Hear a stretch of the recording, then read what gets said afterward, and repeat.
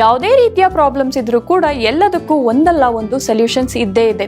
ನಾವು ದಿನನಿತ್ಯ ಲೈಫ್ನಲ್ಲಿ ಒಂದು ರೂಲ್ಸನ್ನು ಫಾಲೋ ಮಾಡಬೇಕಾಗುತ್ತೆ. ಏನಪ್ಪ ಅದು ಅಂತಂದರೆ ಕ್ಲೆನ್ಲಿನೆಸ್ಸು.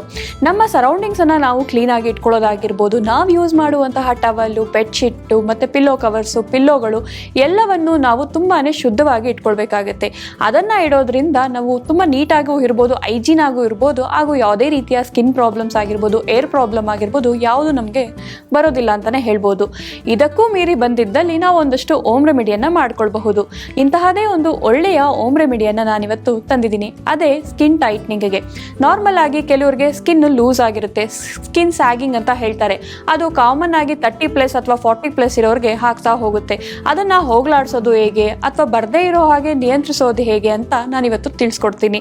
ಇದನ್ನು ಮಾಡೋದಕ್ಕೆ ಯಾವೆಲ್ಲ ಸಾಮಗ್ರಿಗಳು ಬೇಕು, ಯಾವ ರೀತಿ ಮಾಡಬೇಕು ಅಂತ ನೋಡೋಣ ಬನ್ನಿ. ಸ್ಕಿನ್ ಟೈಟ್ನಿಂಗ್ ರೆಮಿಡಿಗೆ ಬೇಕಾಗಿರುವ ಸಾಮಗ್ರಿಗಳು: ಮೆಂತೆ ಪೌಡರ್, ಜೇನುತುಪ್ಪ, ಆಲೋವೆರಾ ಜೆಲ್, ಮೊಸರು, ವಿಟಮಿನ್ ಇ ಕ್ಯಾಪ್ಸೂಲ್, ನಿಂಬೆ ರಸ. ನೋಡೋದ್ರಲ್ಲ ವೀಕ್ಷಕರೇ, ಸ್ಕಿನ್ ಟೈಟ್ನಿಂಗ್ಗೆ ಬೇಕಾಗಿರುವ ಸಾಮಗ್ರಿಗಳು. ಈಗ ಈ ಎಲ್ಲ ಇಂಗ್ರೀಡಿಯೆಂಟ್ಸ್ ಅನ್ನ ಯೂಸ್ ಮಾಡಿಕೊಂಡು ಒಂದು ಒಳ್ಳೆಯ ಓಮ್ ರೆಮಿಡಿಯನ್ನ ಮಾಡೋಣ ಬನ್ನಿ.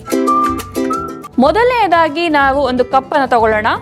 ಕಪ್ಗೆ ಫಸ್ಟ್ 2 ಸ್ಪೂನ್ ಅಷ್ಟು ಮೆಂತೆ ಪೌಡರ್ ಅನ್ನ ಹಾಕೊಳ್ಳೋಣ.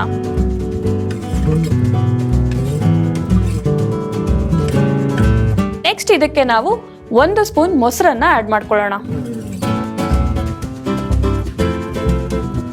ಅದಾದ ಮೇಲೆ ನಾವು ಸ್ವಲ್ಪ ಆಲೋವೆರಾ ಜೆಲ್, 1 ಸ್ಪೂನ್ ಅಷ್ಟು ಆಲೋವೆರಾ ಜೆಲ್. ನೆಕ್ಸ್ಟ್ ಸ್ವಲ್ಪ ನಿಂಬೆ ರಸ. ಫೈನಲ್ ಆಗಿ ಜೇನುತುಪ್ಪನ ಆಡ್ ಮಾಡ್ಕೊಳ್ಳೋಣ.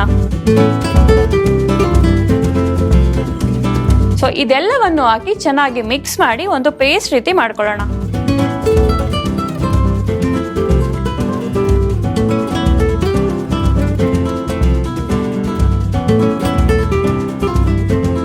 ಸ್ಕಿನ್ ಟೈಟ್ನಿಂಗ್ ಪ್ಯಾಕ್ ರೆಡಿ ಆಗಿದೆ. ನೋಡ್ಬೋದು ನೀವು, ಸ್ವಲ್ಪ ಮರಳಾಗಿ ಒಂದು ಪ್ಯಾಕ್ ರೆಡಿ ಆಗಿದೆ. ಮೆಂತೆ ಪೌಡರ್ ಎಲ್ಲ ಹಾಕಿರೋದ್ರಿಂದ ಸೊ ನೋಡ್ಬೋದು ನೀವು ಈ ಕನ್ಸಿಸ್ಟೆನ್ಸಿಗೆ, ಒಂದು ಪ್ಯಾಕ್ನ ಒಂದು ಕ್ರೀಮ್ನ ಕನ್ಸಿಸ್ಟೆನ್ಸಿಗೆ ಬಂದಿದೆ. ಈ ಕ್ರೀಮನ್ನು ಹೇಗೆ ಹಚ್ಚೋದು ಅಥವಾ ಹೇಗೆ ಅಪ್ಲೈ ಮಾಡೋದು ಅಂತಂದರೆ, ಇದನ್ನು ಪ್ಯಾಕ್ ರೀತಿ ನಾವು ಬಳಸಬೇಕಾಗುತ್ತೆ.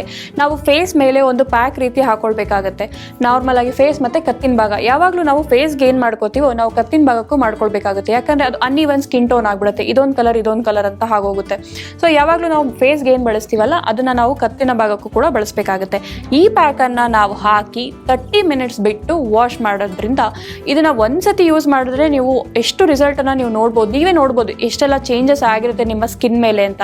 ಇದನ್ನು 15 ಡೇಸ್ ಒನ್ಸ್ ಅಥವಾ ಮಂತ್ಲಿ ಒನ್ಸ್ ಒಂದಷ್ಟು ಸ್ವಲ್ಪ ಪೇಷನ್ಸಿಂದ ಮಾಡ್ಕೊಳ್ಳೋದ್ರಿಂದ ಯಾವುದೇ ರೀತಿಯ ಸ್ಕಿನ್ ಲೂಸ್ ಆಗಿರ್ಬೋದು ಅಥವಾ ಸ್ಕಿನ್ ಸ್ಯಾಗಿಂಗ್ ಅಂತ ಏನು ಹೇಳ್ತೀವಿ ಆಗಿದ್ರೆ ಅಥವಾ ಆಗದೆ ಇರೋ ಹಾಗೂ ಕೂಡ ತಡಿಬೋದು ಅಂತಲೇ ಹೇಳ್ಬಹುದು. ನೀವು ಸಹ ಖಂಡಿತವಾಗ್ಲೂ ಟ್ರೈ ಮಾಡಿ, 100% ರಿಸಲ್ಟ್ ಕೊಡುತ್ತೆ. ಇದನ್ನು ಟ್ರೈ ಮಾಡಿ ನೀವೇ ನೋಡಿ, ಆದಷ್ಟು ಚೇಂಜಸನ್ನು ನೀವು ನಿಮ್ಮ ಸ್ಕಿನ್ ಮೇಲೆ ನೀವೇ ನೋಡಬಹುದು. ನೋಡೋದ್ರಲ್ಲ ವೀಕ್ಷಕರೇ, ಮನೆಯಲ್ಲೇ ಸಿಗುವ ಸಾಮಗ್ರಿಗಳನ್ನು ಯೂಸ್ ಮಾಡಿಕೊಂಡು ಹೇಗೆಲ್ಲ ಓಮ್ ರೆಮಿಡಿ ಮಾಡ್ಕೊಳ್ಬಹುದು ಅಂತ. ಒಂದು ಸ್ಕಿನ್ ಟೈಟ್ನಿಂಗ್ ಅನ್ನೋದು ಎಲ್ಲರ ಕನಸಾಗಿರುತ್ತೆ. ಅಂದರೆ 40+ ಯಾರು ಇರ್ತಾರಲ್ಲ ಅವ್ರಿಗೆ ಕನಸಾಗಿರುತ್ತೆ ಅಂತಲೇ ಹೇಳ್ಬೋದು. ಅಯ್ಯೋ ಆಗೋಗಿತ್ತಲ್ಲ, ಸ್ಕಿನ್ ಎಲ್ಲ ಲೂಸ್ ಆಗ್ತಿದೆಯಲ್ಲ ಅಂತ ಚಿಂತೆ ಪಡೋರಿಗೆ ಇಲ್ಲಿದೆ ಒಂದು ಓಮ್ ರೆಮಿಡಿ.